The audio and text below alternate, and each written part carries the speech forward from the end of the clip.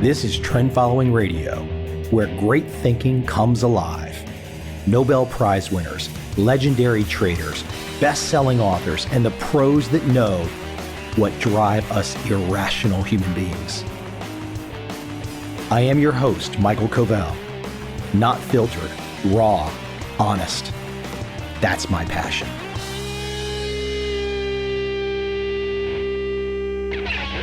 Sometimes it's quite amazing what happens in the business world. One day you have a Blockbuster, then it's gone. One day you have a Netscape, then it's gone. One day you have a Lotus 1-2-3 spreadsheet, then it's gone. A Toys R Us, then it's gone. In their place, Amazon, Netflix, etc.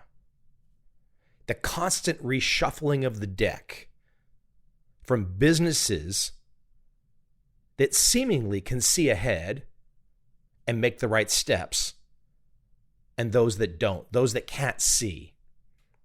They can't see those inflection points before they happen. No, I'm not talking about prediction, but I am talking about eyes wide open. My guest today, Rita McGrath of Columbia Business School, points out that while these inflection points can seem sudden, and they do to me many times, they're not random. The overnight shift is usually the final stage of a process building for a long time.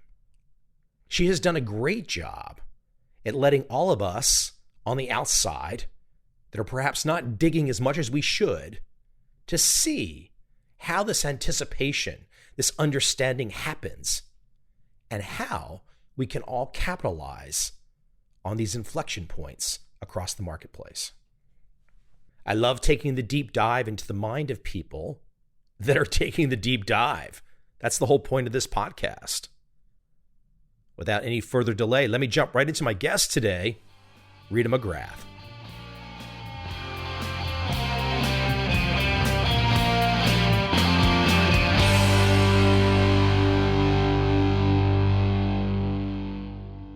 Rita, in advance of this call, I was thinking to myself, diving into your world, thinking about inflections. And I'm thinking, okay, I got my MBA, freshly minted spring of 1994. And one of those little inflections was happening right about then. That was when Mr. Steve Case was sending us all an AOL disk. And then within about 1 year, Mr. Mark Andreessen did a little IPO for Netscape. And I don't know if there's any bigger inflection than what happened at that point in time. Now, I'm going to take you in a minute back to your awakening and your aha moment, but I would love for you to start this conversation off.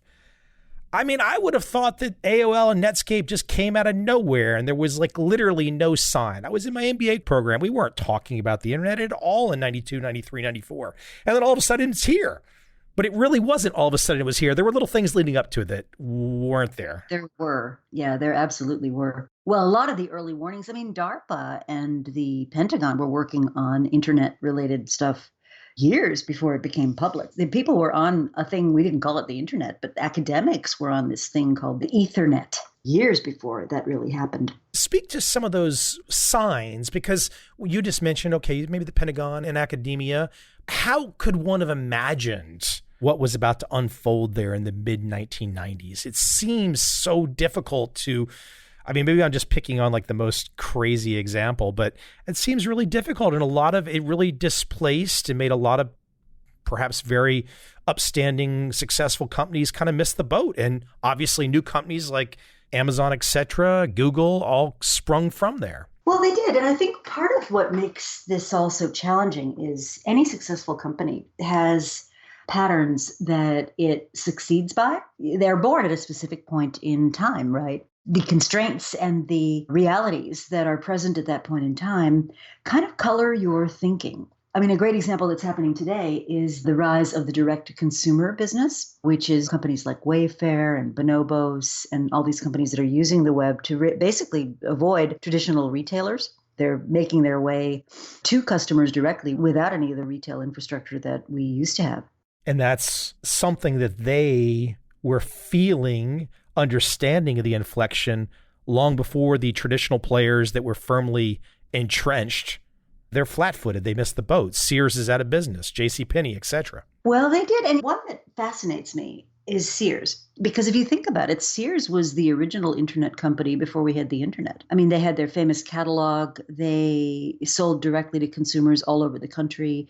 People waited with bated breath to get their Sears catalog. And it was the way of taking goods and services to the masses. Ironically, they were the ones that got really upended by this whole internet shift, even though they were perfectly set up to take advantage of it. Yeah, because you would think with what they had established, the catalog, the imagery, the write-ups, it was like an easy port to the net, but they didn't see it. I wonder how deliberate that was. I have no insight into them. I haven't worked with Sears. The notion that you had now this direct channel to consumers and that they missed it is fascinating to me. Why would you decide to go refocus on bricks and mortar when you already had this incredible setup to do whatever you wanted to do on the internet? Well, that probably gets to the heart of, this is going to go back in time a little bit here. I'll jump back to where you just kind of brought this thinking to place. But when you say, well, Sears was so positioned and ready to take it on, but they had planned something else and they didn't have the ability to deviate from the plan. So when things were getting a little volatile, a little chaotic, there was some uncertainty, they just stuck to whatever plan they had. Yeah, and I think the merger with Kmart, the sort of fairly disastrous management style that Eddie Lampert brought to bring, didn't help. Let's keep this, though, at you for a moment, because what I'm really angling at with my Sears diatribe there is that they could have had a different thought process. They could have had a different planning process. And you are very well known for a very particular type of planning process, discovery driven. I would love for you to define it first, and then I'm going to take you back in time because I want to know what the light bulb moment was, how it happened. Oh, absolutely. I'd be delighted to do that. Well, discovery-driven planning had its roots in a bit of a corporate mystery, which was why so often did really well-managed, well-regarded companies with lots of potential go so dreadfully wrong when they were getting into new areas, when they were getting into areas of uncertainty. What my colleague and I, that's Ian McMillan, and I realized was that what they were doing was applying the same planning processes that you would use to, say, open a new capital plant or invest in something that you really understood already. They were using those same processes to get into new areas. Instead of planning to be right when it's impossible to be right in an uncertain area, what we recommend instead is, why don't you plan to learn? It's not that it's undisciplined, but it's a completely different discipline than you would use getting into an area that was highly certain. In a nutshell, it says break your planning process down into pieces, budget and fund quick experiments, quick cycles, so that you can convert assumptions to knowledge as rapidly as possible. And that was the essence of discovery-driven planning. It's been picked up in the lean startup movement. That's been very popular. People are now talking about it as the way to plan for highly uncertain ventures. And I'd say one of the more recent wrinkles on this is that as these digital dynamics have rolled out across multiple industries, what we're finding now is that people's core businesses are being shoved into that massively uncertain space that we used to set aside for innovation. So if you're in healthcare, if you're in anything involving battery technology, if you're in retail would be a good example, your core business is not something you can count on the way that you used to be able to. What strikes me, what's interesting about what you and your colleague were uncovering, if I was to connect to an entirely different world, some particular traders and their trading strategies are based on the notion that what is going to happen in the next day is uncertain. So let's let our profits run, let's let our trends run, but let's keep things on a tight leash.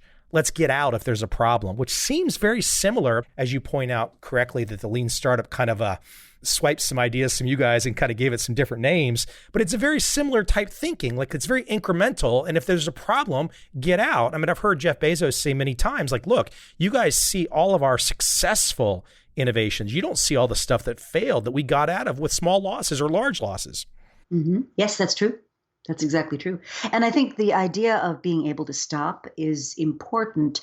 It reflects something I call option value, which is the value that you pay today to create a choice for yourself in the future. It's a very intuitive idea. And yet when we look at how companies make investment decisions and make funding decisions, a lot of times they don't take option value into account. They snap right back to net present value or return on investment or things that feel more comfortable, but in reality are no less a fantasy than anything else. So I think this idea of we invest a small amount today, which if it looks as though it's going to work, we invest more. But if it looks as though it's not going to work, we stop and we pull out and redirect. It is so just logically, instinctively, intuitively wise.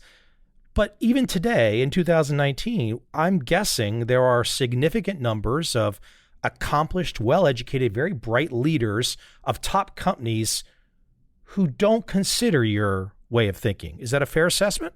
Oh, yes. Oh, yes. I hear it all the time. You get all the usual blather, right? Which is, oh, we can't afford to invest in innovation because our shareholders, yada, yada, yada. And in reality, I think a lot of that has to do with the fact that people are getting rewarded for near-term success. One of my arguments about, and it's interesting, this has now been picked up by the Business Roundtable, and we're starting to see these conversations getting more traction, which is you cannot build an economy and you cannot build a really stable company on a couple of quarters of earnings. What you really need to be thinking about is what's the 5-year, 10-year perspective look like, and what investments do we need to be making now that can help us capture those future choices. Why don't you speak to, though, there's an important issue that you're bringing up there, which is the different types of management, perhaps how much of a leash the shareholders give a particular management, and then perhaps some management. I'll just go to a big example of the last 25 years, Apple, that seemed to have a lot of, under Steve Jobs, took a lot of chances that other firms might not take. But speak to that, the idea that some leaders, perhaps because they've gone down a certain educational path, a certain career path, and certain investors holding them to a certain line to where they just really can't adjust to what you're talking about, even if they must adjust because they could end up just being a dinosaur.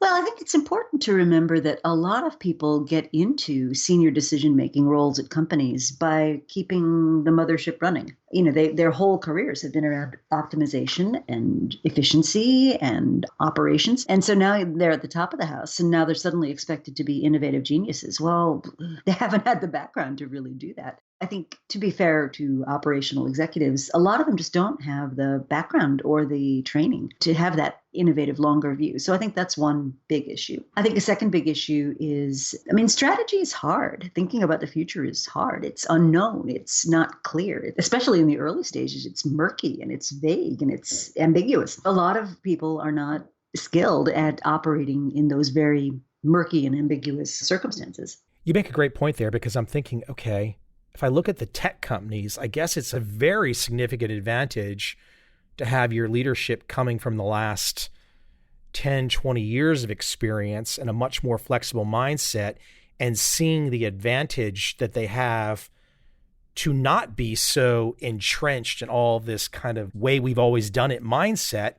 So many of these companies have just now leapfrogged all these other companies that were just loaded with capital, loaded with experience, could have pivoted. You already named Sears as an example, and they just didn't. So I guess there really is a huge advantage, at least at this point in time, that some of the biggest companies have not yet figured out how to go your discovery-driven planning direction. Yeah, I would agree. I think a lot of it has to do with, again, that blind spot that comes from long and extensive experience. Take retail just as an example, and Sears would be a poster child, right? If you're a traditional retailer, everything that you think about has to do with how you maximize sales over limited real estate. That has been the retail model for literally thousands of years. Eliminate that constraint, and now you're in a completely different world. And if that's not a world you're used to seeing, it can be really really hard to wrap your mind around that. Just as an example, what we're seeing now is a lot of the entrenched retailers are making acquisitions of these direct-to-consumer companies. You have Walmart buying Jet.com and Bonobos and a whole series of other firms. You have La-Z-Boy buying Wayfair. You've got Edgeware, which is the manufacturer of Schick, buying Harry's, Unilever buying Dollar Shave Club. So a lot of these companies are almost acknowledging that they missed something pretty significant. And now they're paying huge premiums to acquire these digital startups. I guess the next one that will be acquired will be the youngest Kardashian, the youngest billionaire in the history of America, right? She alone has probably caused significant boardrooms in the retail space to just literally pull their hair out in the meetings, just saying, how is this young lady? How did she just eat our lunch?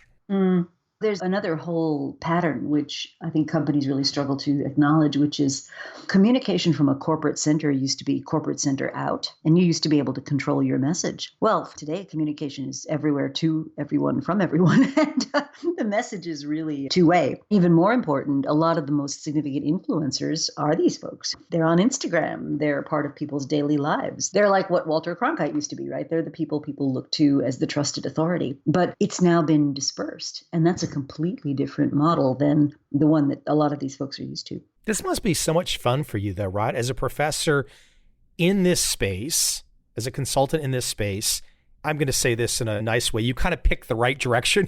You pick the wise direction, because if we're going to be in the world that we're in today, the discovery-driven planning mindset is I think objectively is the place we should all be going. But it must be quite fun for you to see so many examples and such a changing landscape nonstop. It is. It's been great. And I would say if you look at the arc of my career, certainly when I started in the field of strategy, all the cool kids were doing industry analysis and they were doing, remember this? Art of Japanese management. We were all going to go out and sing the company song and do Tai Chi I guess that would be Chinese, but we'd all go out and do exercises in the morning. And, there were articles being written about managing our way to economic decline and that kind of thing. At that time, innovation was not seen as central. I mean, it was always seen as sort of important and people kind of knew, innovation's part of what strategy is, but it wasn't really central to the field. What I think has happened over the intervening, 25, 30 years is innovation has become central to the strategy agenda. And I would argue that's because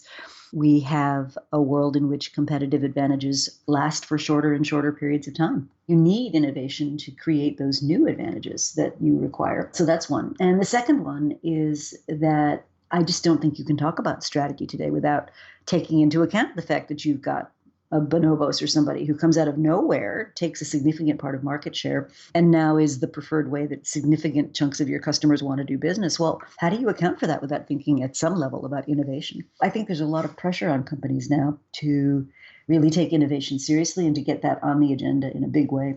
We mentioned a few minutes ago, we were talking about the constraints of perhaps management that was trained in a different mindset.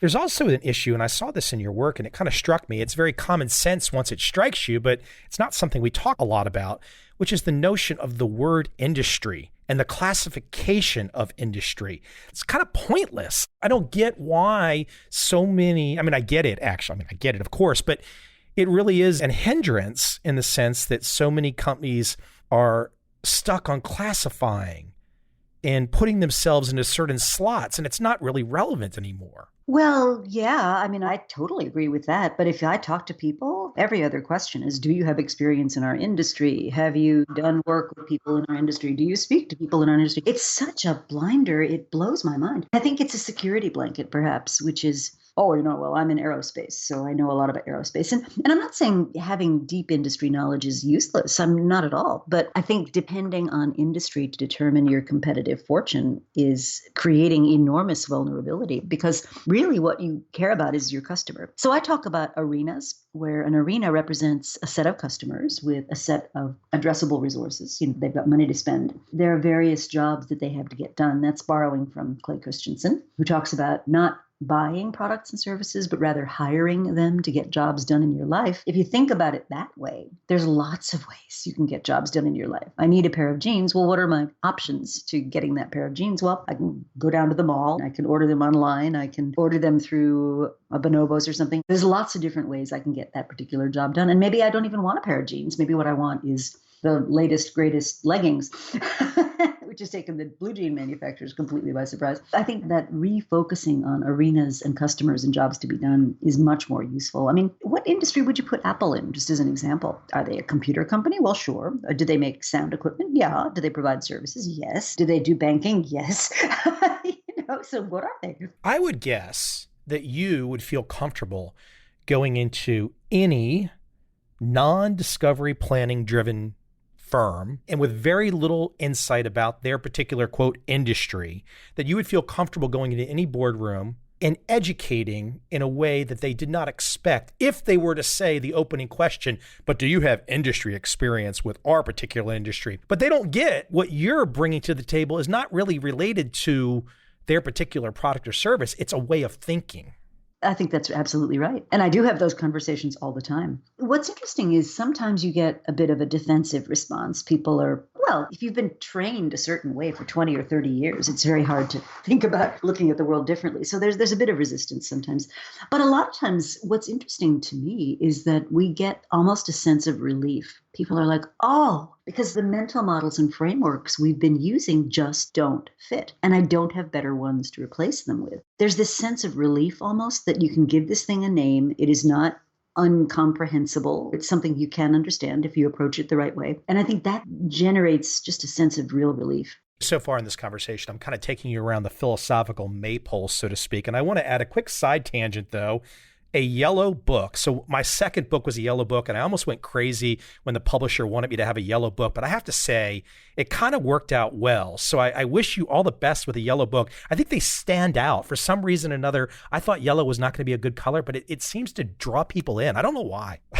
So your newest book that we're about to talk about is yellow as it can be. It is indeed. And book covers are so subjective. I have to say with this one, my normal process with book covers is the first few covers I get sent, I absolutely hate them. And then we have some kind of major dust up and then I threaten to pull the book and eventually we get a cover we can all live with. But this time around, I have to say I had 3 covers to choose from and I really liked them all. The one I liked best was a black and red and white sort of cover, which was consistent with my most recent book, The End of Competitive Advantage. But they persuaded me that the yellow one would have bigger impact. That's where we are. By the way, just as for all those future authors out there, the comment that you just made about covers and threatening to walk and all that, that is standard issue protocol for every author. There's no escape from that. You just described it so succinctly.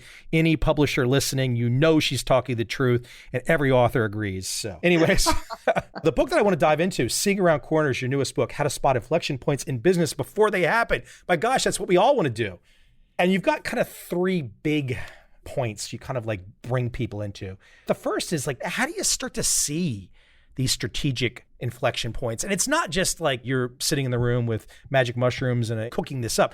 There is a process that you take people through to get them to that point where they can systemize their thinking to not have it be so mysterious. Right. And I think that's crucial because when you talk about strategic inflection points, half the audience is completely freaked out. They're like, oh my God, I don't know what to do about this. And when you break it down, it actually is fairly straightforward. Inflection points, firstly, don't happen instantly. They feel sometimes as though they came out of nowhere, but usually if you look at them, they've been developing for a very long time, as we discussed with the internet. That was decades of research that went into that before the internet as we know it with Netscape and AOL and all those actually became a reality. Back in 1995, people saw the potential of it. But here's the interesting thing. It takes a really long time before the infrastructure, before the ecosystem is in place to allow an inflection point to actually become part of our lives. The phrase I like to use with it, it's a bit like The Sun Also Rises, which was Ernest Hemingway's novel, in which one character asks another, well, how did you go bankrupt? And the answer was, well, gradually, and then suddenly. And so it is with inflection points. In those early days, what you're really looking at is what are the changes taking place? And often it's technology, but it could be other things too, that render today's way of doing things either obsolete or less effective or unimportant. That's where I think you need to start paying attention. And then what you want to think about is, well, if this thing were mature, what would that change about the way that I do business right now? And how would that allow customers to get their needs met in a better way than they do today? So a great example right now is autonomous vehicles. I mean, everybody's all abuzz about autonomous and this and that. And, we're all going to look at our phones nonstop while our car drives us around. Okay, but there's a lot of ecosystem and infrastructure stuff that has to happen before that vision of autonomous vehicles becomes a reality. Is there enough demand for one individual to actually get one of these things, or do we buy it as a service, or do we? There's a lot of question marks about that concept. I'm not saying it's a bad concept. I'm not saying companies shouldn't be paying attention. If you're in something that touches transportation or automotive, as we've just recently seen, it's a big mistake to go making great big honking investments at this early stage because it's so uncertain. Yeah, I don't think there's any evidence that the Jetsons The old TV show. I don't think that's around the corner just yet. Inflection points, though, too. I want to get into the other two main points about seeing around corners. We're talking about business, but inflection points can be, for example, political. I happen to be talking to you today from Saigon. 25, 30 years ago, there was not much going on here. Now, we could also say the same thing about Beijing. Back in the early 80s, it was Hong Kong, and that was the only game in town, and mainland China was kind of out doing something else. But there was, for those people paying attention, looking back over time, there was an inflection point that you could perhaps see coming in some of these, quote, communist countries that now operate extremely capitalistic. Oh, absolutely. A couple of things to mention there that I think tie into this whole inflection point story is China wouldn't be where it is today if it hadn't been for the invention of containerized shipping. That took place in the late 50s. There was this trucker who was incredibly frustrated with the amount of waste and slowness of the process of shipping stuff right, left, and center. I mean, if you wanted to ship a boatload of goods to from China, you literally had longshoremen taking individual pieces of stuff and putting it on a boat and then unloading it. So boats were sitting at port for weeks, months while they were being loaded and unloaded. It was an incredibly ineffective and inefficient system. What this trucker sort of thought to himself was, wow, I have these trucks. What if I took the container that essentially is the cargo hold of the truck? And what if I took that off the wheels? I mean, his original idea was, what if I just parked the trucks on the boat? And for a variety of reasons, that proved not to be such a good idea.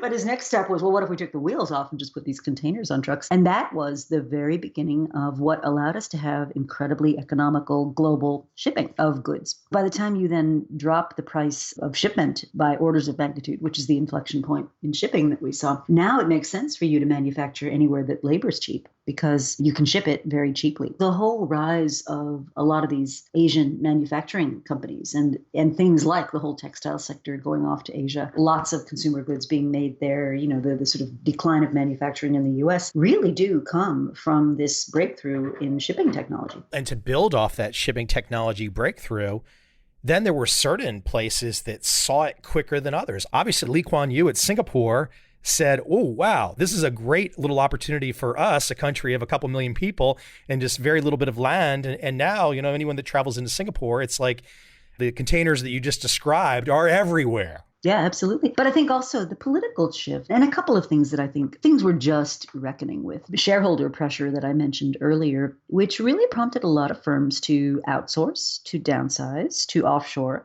That was not the philosophy previously. Previously, the philosophy was our competitive advantage is based on having long-term ties with our people who are going to be with us for the bulk of their careers. And therefore, our interests and their interests are really aligned. Therefore, we want to build this sort of really stable learning culture. There are some companies that still have that, companies like Corning, for example. But what a lot of companies sort of said was, wait a minute, once we can get labor at a fraction of the price halfway around the world, why should we pay people here to do it? I think we're still reckoning with some of those decisions that were made then. From an innovation point of view, the really bad news, as far as I'm concerned, is a lot of innovation happens at the coalface between the customer and the company. If you're offshoring or outsourcing that, a lot of your roots of innovation are basically lost to you. You've outsourced it to some third party. So they're getting all the insight about the new technologies and the new ways of manufacturing and so forth. I mean, you can't build a computer in the United States today cost effectively. I think that's a big problem if you think about it from an economic point of view. I love the stories, and I've not seen it firsthand. I've been to the city, but I've not seen it firsthand that you can literally show up in Shenzhen, China,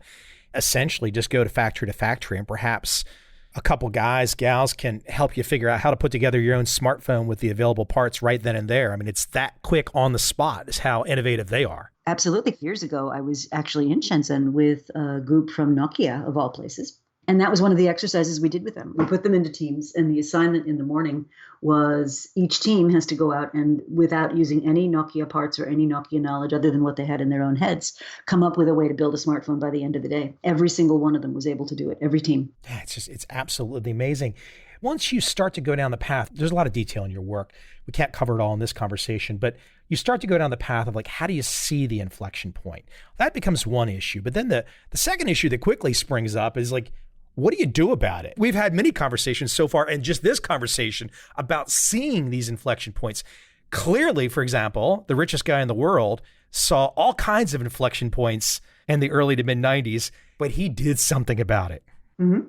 So I think part of the skill of doing this is very relevant to our earlier conversation, which is you need to approach it in a discovery-driven way because it is ambiguous and it's not clear. In the early stages, those signals are weak. You can't say with clarity, this is going to happen or that's going to happen. I mean, take autonomous cars as an example that's playing out right now. I mean, we really don't know. We don't know whether it's going to be car ownership as a single entity owning an autonomous car. We don't know if it's going to be Ford is owning fleets of autonomous cars and they're going to lease them to us. There is so much that's unknown. The way to approach that is kind of two things. First is if you wanted to get into that market and you really felt it was something you wanted to place a moderated bet on, find what I call a stepping stone, which is an early market that has a real problem that can be solved using your technology as it currently is, but that isn't a mainstream kind of market. Let's take autonomous cars, just to use a concrete example. The idea of the Jetsons, and we're all going to just hail a car that happens to be passing and it's going to take us where we want to go. Maybe it's a drone, maybe we're flying. I think we're a ways away from that yet. In the military, there is a situation that cries out for an autonomous solution, which is supplying troops at the front lines. Let's say you need 7 trucks to bring supplies. Each truck requires 2 drivers, 2 troops to drive. So you've got 14 people who are, firstly, not being used for their best use. They're driving trucks. Secondly, they're in harm's way. Thirdly, it's just kind of a waste of human potential to have them doing that job. What the makers of autonomous technology have figured out, I think it's Rockwell Grumman that's doing this, is you can make trucks that are smart enough to follow the leader. So you have 2 troops in the first truck, and they do all the things that only humans can do, sense the environment and sort of pick out the best route and do the things that still require human brains rather than machine learning. But then all the other trucks can just follow along. Think about it. You've now got a situation where you're using autonomous technology to solve a real problem. You've got 12 troops now that aren't in harm's way, that aren't being used for this less useful kind of set of activities. And you could actually put an ROI on that. Now, is this going to get us the Jetsons? No, but it is going to get us the beginnings of a business where we can start to make sense of what the economics of this autonomy really do deliver in a way that is sellable. That's how a lot of these big systemic technologies actually get started. When you look at the history of them, what you'll find is the early applications tend to be these smaller niches, which are solving a niche kind of problem. You and I don't have the problem that the military has, but the military is willing to pay to get their problem solved. So they're a great target market. Let me take you back in time a little bit before I get to the third main point. What is your nexus, your earliest memory where you said, I really love this entrepreneurial thinking and I want to go down this path? Take me back. Were you 10? Were you 12? Was it a lemonade stand? What was it that put you down the path of thinking, going down this entrepreneurial path? What was it? Where was your start?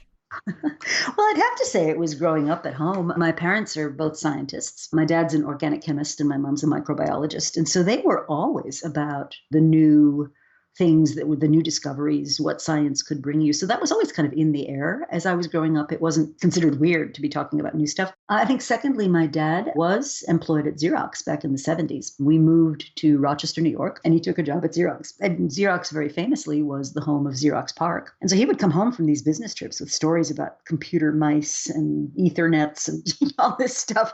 And again, it wasn't weird to me. It didn't seem weird. But I'd say the real momentum around the entrepreneurial stuff came when I was actually first working for the city of New York. I was part of a project to automate the procurement system there. I know it sounds really glamorous and sexy, so be careful with your envy of that particular job. But what was cool about it was we were taking essentially manual records and automating them. So that was the very first exposure I had to digital on a massive scale, really taking entire business processes and making them digital. It was innovation. I mean, it was public sector and it wasn't glamorous. It was taking an existing process and automating it, but it was innovation in terms of lots of new technologies we were using. We were experimenting with lots of different ways of doing things. I'd say that really got me fascinated from a practical point of view. And then when I went back to do my PhD, I ended up at the Entrepreneurship Center at Wharton. There was really the beginning of, that would have been around 1990. That was the beginning of the real interest in entrepreneurship kind of nationwide. We had Ronald Reagan talking about the entrepreneurial economy. We had people talking about entrepreneurship and how this was going to be the future of growth and so forth. By then we had Microsoft. We had the first few of what I would consider to be the modern sort of tech companies. It was Apple, Microsoft, those companies were starting. So that was really the area that I was in. And then my dissertation was actually about how established companies can develop new capabilities. It was a pretty exciting time to be doing that work. And that's really where I went into it with both feet, I guess. Let me keep you at the really young age for just a little bit longer. So both parents, scientists, here you are as a young female knowing full well what the scientific method is. I would guess at that particular point in time, it would have been a little bit lonely in a sense, because today, I mean, obviously you can look around the tech space, so many women are the highest reaches. But at that point in time, to be a young lady with this background, this scientific method thinking, was it a little lonely in a sense? It probably was, but I don't think I noticed. I mean, with a couple of reasons. So I'm actually a third generation working woman. It never sort of dawned on me that there was any other real option for me. So that was one. Secondly, I went to Barnard College, which was then still a women's college. I was surrounded by a lot of women like me. It wasn't that lonely from that perspective. I mean, Barnard is full of hyperachievers, everything. I mean, dancers, scientists, economists, I mean, you name it. It's very rich. But I think as a woman, the value that gave me was all the leadership roles were filled by women. All the achieving was being done by women. Most of the administration were females. It wasn't weird. It wasn't like me and all these dudes. It wasn't like that, And I do think that's a lesson that you carry with you in life. It gives you a confidence and it gives you role models and it gives you the real tangible recognition that this can be done. This is not weird. You're not strange. This is not unusual. You too can do this because all these other people that you're with can do it. So I think in my particular case, it wasn't lonely. Now, where it was lonely was when I started to do my PhD. Oh my God, that was awful. It was just, Hold on, does this mean just because you're surrounded by a bunch of nerdy guys or what? Well, you kind of go into a major research university and you find yourself surrounded by 50-year-old white guys with tenure. So, I mean, it's not a very, at the time anyway, and then we're still struggling with it in academia, not a particularly diverse place. But I think the hardest thing about the PhD program was I came in after 8 years of managing a group. I did this remarkable thing, as I mentioned, automating this massive purchasing system. And it was on time and it was on budget and it was a very big success story. So I came in kind of vaguely thinking maybe I knew something about management, only to be completely disabused of this. I mean, the first year, I think it's a bit like joining a religious order or something. They've got to debunk anything you thought was reality in that first year before you can sort of join the acolytes. So that was very difficult. But were you completely wrong, or was that just kind of an old boys club? You have to look at it, I think, through two lenses. The first is the lens of practicality. I just gave a talk on this at the Academy of Management, which is how to write for practitioner journals. One of my mentors, a gentleman by the name of Ned Bowman, who just a wonderful, wonderful man and a huge help to me, has a way of talking about theory. He says, if you think about what a theory's for, theory has four kind of things that you can do with it. So the first thing you do with theory is you describe something.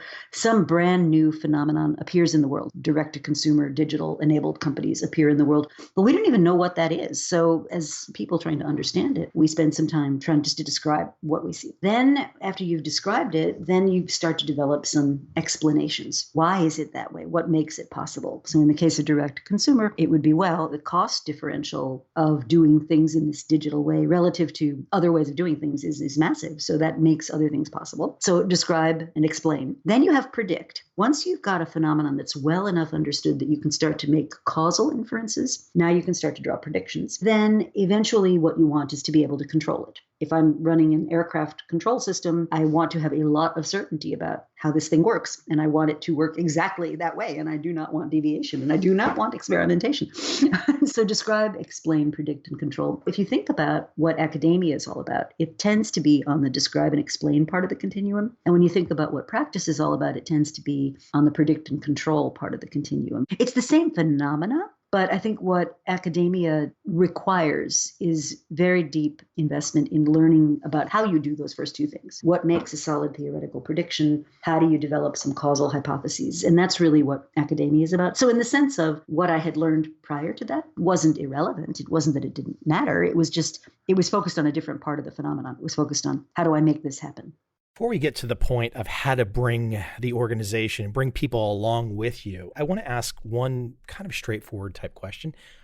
The critics, what do people that don't like your work say? What do they say that you get wrong? Or have the critics kind of disappeared now because what you're talking about is so damn logical, you'd be kind of half crazy to not believe it? I don't know. I mean, gratifyingly, there's been a fair amount of that. Yeah. I mean, I would say the critics, I haven't actually had a huge amount of sort of direct, this is just wrong kind of criticism. Where I tend to get is a lot of nibbling around the edges. So people will say, oh, well, you didn't cite Edgar Worthy's theory of 1942 in your most recent work. Well, okay, fair enough. So I get a lot of that sort of sniping around the edges of, well, somebody else had an idea that was kind of tangential to yours 30 years ago. You do get that. I would say the logic of it has really been borne out to the point where I don't get a lot of pushback on the core principles. People can be very wedded to the core industry ideas, so I do get a fair amount of pushback on, for example, the traditional tools we use in strategy. People will say, well, those tools still work. Why are you saying those tools are no longer applicable? So I do get some of that. The reality is every theory has a set of boundary conditions in which it works. My thesis is that the traditional tools of strategy just work in far fewer places than they used to. And if you think about it, our strategy toolbox was invented basically in the 60s and 70s, maybe a little bit in the 80s. That was when the core principles of strategy were laid down by the people who were running the field at the time. And that was things like stable industry boundaries, relatively stable, slow-moving competition. We didn't have things moving at the speed of tech. You had barriers to entry that were significant. You couldn't just go buy your services from Amazon Web Services and hire a bunch of people from Upwork and be in business the next day. That was not possible back then. So I think a lot of those theories made a lot of sense given the constraints at the time, but those constraints have changed. And I don't get a lot of pushback from people on that reality. That's a good thing to hear because everybody wants to see positive progress across. I mean, look, everybody's competing and that's healthy, but I think ultimately we want to see positive progress across business, humanity, entrepreneurship. That's all a good thing. But hey, the final point before I let you run today, how do you bring people along? I mean, that's a big issue because like once you say, okay, here's how we're going to see these inflection points. Here's how we're going to see that snow melting on the edges, as you say. Then you're going to decide what to do. Okay, we got to take some action here. Here's our particular action. Again, you go through this in your work. But how do you bring people along? Because you're still going to have skeptics, right? Skeptics in the sense, not necessarily they don't, as you just said, that they're not really arguing the point, but to still get people that are kind of like stuck in the mud moving can be difficult. Very difficult, very difficult. And that's where a lot of visionaries really get stuck. I mean, if you look at people like Fisher at Kodak, it wasn't that he didn't see that digital was coming, but oh my God, you have 60,000 people who they bleed silver halide. I mean, what are you going to do with that organization? So I think a couple of things are really important. I think the first thing is you have to create a way for them to see themselves in that future. So in the book, one of the companies I talk about is a German metals distribution company called Klockner. Their CEO really believes that digital is going to be the future and that they need to go digital. So he set up this little group in Berlin to kind of do digital stuff in the kind of Silicon Valley of Germany. But he said something I thought was incredibly profound. He said, just having the startup gene is not going to assure our long-term success. For our long-term success, we have to blend that startup gene with the intelligence and the deep know-how and the knowledge and the technical skills of our main people back in Duisburg, in sort of the Rust Belt of Germany. And blending those two was his vehicle for doing it. And he tried all kinds of different things. I mean, they had what they call F-up nights, where people would bring in the entrepreneurs and they'd talk about big mistakes that they'd made, which was culturally, very different. He introduced Yammer, calling it a non-hierarchical communication system. So anybody in the company could literally message him. And that was huge. So he did, and he invested in training, he invested in consultants. I mean, there was all kinds of things that he did. But basically to see that both parties to this game, both the existing company and the new company, had a role to play in its future. And I think that's huge. You really need to make people feel that they have a place in this future. At a more kind of macro level, I've developed something I call the Innovation Proficiency Scale, which is kind of looking at from the very early stages where it's like innovation? What innovation? What are you talking about? All the way through to, yes, this thing is predictable and we can drive it and we know exactly what levers to push. And different companies are at different places in that scale. And the biggest missing link in my experience is the innovation governance process. Very few companies have what I'd call a really robust way of managing innovation, the way that they manage other things that are important. And they just don't, which I think is still to this day kind of astonishing. There's just comes to a thought here. You were talking about the German CEO and talking to employees and talking about a place in the future. That's a very difficult conversation because everyone knows with this style of planning that you're talking about, this disruption, this kind of discovery driven, that things can change and that there's the security blanket, so to speak, the gold watch at 30 years or whatever, that just doesn't exist. And I have to say, I think I saw this on your Twitter and I posted it on my Facebook. I think it was a statement from some CEO and he was talking about what he wants to say to investors that want to invest in his company. And he's like, look, we will have no office space. Here's how we're going to deal with you. You're going to have no involvement. You're going to get a share of equity. We don't want to hear from you. You could have unlimited losses. This very, the complete opposite of the German CEO who's kind of taking baby steps to say, well, we're going to let you kind of come along with us. But there's on the complete polar opposite right there in your Twitter feed, somebody saying, like, hey, it's rough and tumble out there. Well, that company is called TopTal, and they have an incredibly interesting business model. What they do is they basically hire, well, they don't hire, I guess they do hire. They hire like incredibly talented developers, engineers, the people who are in most demand everywhere in the world. What those people want. I was listening to one of them at a recent conference I was at, and he said what he wants is, he said, look, I make too much money to spend all my time at work. If I want to take off 3 months and kayak in the Arctic or something, I want to be able to do that. And I don't want to be tied down by an existing corporation. So TopTal gives people that kind of access because they find them temporary assignments. And from the point of view of their corporate sponsors, their corporate customers, these people are they're like hen's teeth. They're so rare and so talented. And so it really works out well for both sides. But that company knows who it is. They're like, we're not getting messed around by investors. Yeah, people should go check that out on your Twitter feed for sure. Rita, the book, Seeing Around Corners, How to Spot Inflection Points in Business Before They Happen, will be available everywhere. Is there a website you want to point people to? Can we direct people to a certain site? Absolutely. It's called seeingaroundcornersbook.com. So that's easy enough. I also have my own website, which is ritamcgrath.com. Very creative name, right? But on the website, something I do that might interest your listeners is every month I do a monthly newsletter. What I do each month is I pick a sector, look at some of the inflection points that are affecting that sector. So each month it's different. So last month it was construction. This month I'm doing consulting. We're going to be looking at investing. In the past, I've done logistics. I've done packaging. There's a whole archive of all those newsletters on my website. People can easily find that. They can subscribe for free. I don't charge for it. And I don't use the emails for anything else. It's the only thing that gets done with them. You're near and dear to me when you're talking about the edges of the curve, so to speak, and the snow melting on the edges, because those edges, there's a lot of important stuff going on those edges. The middle of the bell curve might look sexy, but the edges is where the action's at. Exactly. Hey, Rita, thank you for taking the time today. I appreciate it. Thank you. It was a pleasure.